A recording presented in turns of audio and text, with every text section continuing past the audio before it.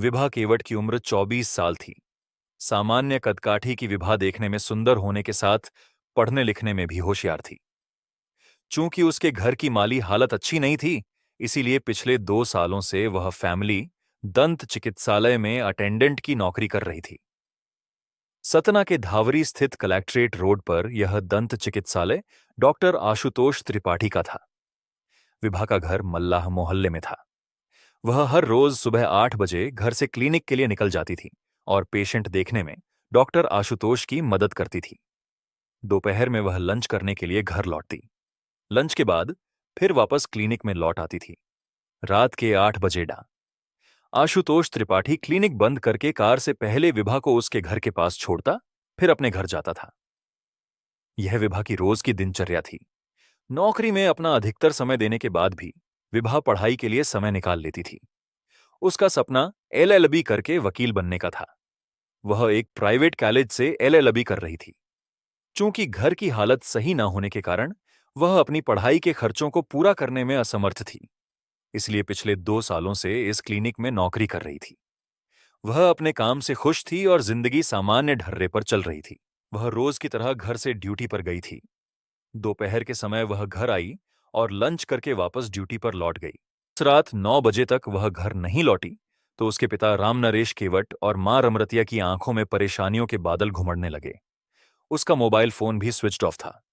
उनके मन में तरह तरह के बुरे ख्याल आ रहे थे। रात भर इंतजार के बाद सुबह भी विभा घर नहीं लौटी तो क्लिनिक खुलने के समय दोनों डॉक्टर से मिलने उसके क्लिनिक जा पहुंचे। डॉक्टर आशुतोष क्लिनिक में पेशेंट देख रहे थे।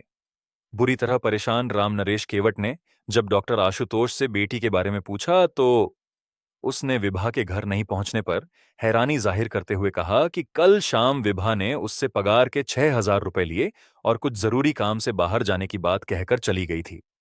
लगता है उसने कहीं दूसरी जगह काम पकड़ लिया है। चिंता न करो, वह कुछ दिनों में खुद ही घर लौट आएगी। रामनरेश और रमरतिया वहां से घर लौट आए और बार बार विभा के मोबाइल पर कॉल कर उससे संपर्क साधने का प्रयास करते रहे, लेकिन बीती रात से ही उसका मोबाइल स्विच्ड ऑफ आ रहा था। रामनरेश ने अपने सभी रिश्तेदारों से फोन कर पूछा, लेकिन निराशा ही हाथ लगी। बाद में रामनरेश ने फिर डॉक्टर आशुतोष त्रिपाठी से विभा के बारे में पूछा तो उसने बताया कि विभा ने उसके यहां से नौकरी छोड़ दी है। वह तुम लोगों से नाराज है और किसी दूसरी जगह पर कमरा लेकर रहने लगी है। उसने अपना फोन नंबर भी बदल लिया है। विभा ने कहां पर कमरा लिया है, इसकी जानकारी उसे नहीं है। बेटी के अलग रहने की बात रामनरेश और रमरतिया के गले से नहीं उतरी। फिर भी उन्होंने बेटी की तलाश में शहर का चप्पा चप्पा छान मारा, लेकिन वह उसका पता लगाने में नाकामयाब रहे। किसी की समझ में नहीं आ रहा था कि उसे जमीन निगल गई या आसमान खा गया।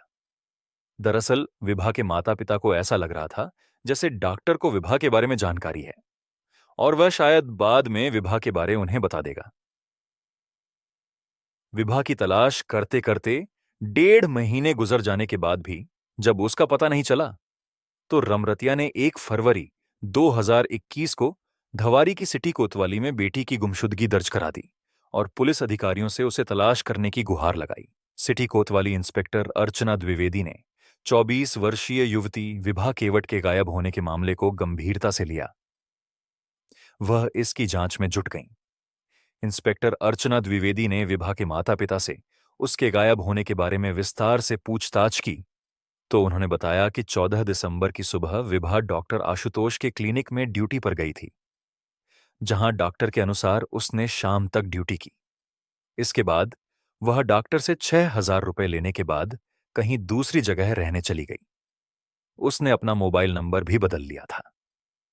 यह जानकारी मिलने के बाद इंस्पेक्टर अर्चना द्विवेदी ने डॉक्टर आशुतोष त्रिपाठी को कोतवाली बुलाकर उससे विभा केवट के बारे में पूछताछ की। थोड़ी पूछताछ के बाद डॉक्टर आशुतोष को घर जाने की इजाजत मिल गई, लेकिन डॉक्टर के बार बार बदले बयानों को लेकर इंस्पेक्टर अर्चना द्विवेदी को उस पर संदेह हो गया था। उन्होंने डॉक्टर आशुतोष त्रिपाठी और विभा के मोबाइल नंबर की कॉल डिटेल्स निकलवाकर देखी तो पता चला कि विभा ने आखिरी बार 14 दिसंबर को डॉक्टर आशुतोष त्रिपाठी से 750 सेकंड बातें की थीं। इसके बाद उसका मोबाइल स्विच्ड ऑफ हो गया था, जो फिर ऑन नहीं हुआ था। इसका मतलब था कि विभा के गायब होने का राज डॉक्टर आशुतोष को मालूम था। इंस्पेक्टर अर्चना द्विवेदी ने डॉक्टर आशुतोष त्रिपाठी को दोबारा थाने बुलाकर मनोवैज्ञानिक तरीके से कुरेदना शुरू किया, तो वह ज्यादा देर तक नहीं टिक सका। उसने विभा के बारे में जो कुछ बताया, उसे सुनकर अर्चना द्विवेदी आश्चर्यचकित रह गईं। उसने बताया कि दरअसल विभा का कत्ल हो चुका है और उसकी लाश एक गड्ढे में दबा दी गई थी।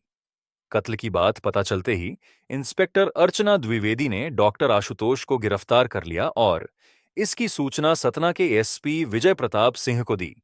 20 फरवरी 2021 शनिवार को एसपी सिटी विजय प्रताप सिंह, तहसीलदार अनुराधा सिंह, नायब तहसीलदार हिमांशु भलवी, यातायात थाना प्रभारी राजेंद्र सिंह राजपूत और इंस्पेक्टर अर्चना द्विवेदी आरोपी डा आशुतोष के साथ घटनास्थल पर पहुंचे, जहां पर विभा की लाश एक गड्ढे में दबी थी।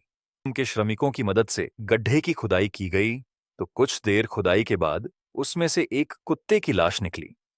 कुत्ते की लाश को बाहर निकालने के बाद थोड़ी और खुदाई की गई, तो वहां एक युवती की लाश दिखाई पड़ी। लाश को बाहर निकाला गया। लाश के गले में एक दुपट्टा तथा कमर के नीचे लोअर मौजूद था। रामनरेश केवट और उसकी पत्नी रमरतिया को लाश दिखाई गई, तो दोनों ने कपड़ों के आधार पर उसकी पहचान अपनी बेटी विभा केवट के रूप में की। शिनाख्त हो जाने के बाद लाश पोस्टमार्टम के लिए भेज दी गई। डॉक्टर आशुतोष के बयान और पुलिस की तहकीकात के आधार पर विभा केवट हत्याकांड के पीछे एक सनसनीखेज कहानी उभरकर सामने आई। सतना के धावरी इलाके में चांदमारी रोड मंगल भवन के पीछे अंग्रेजी के शिक्षक नरेंद्र त्रिपाठी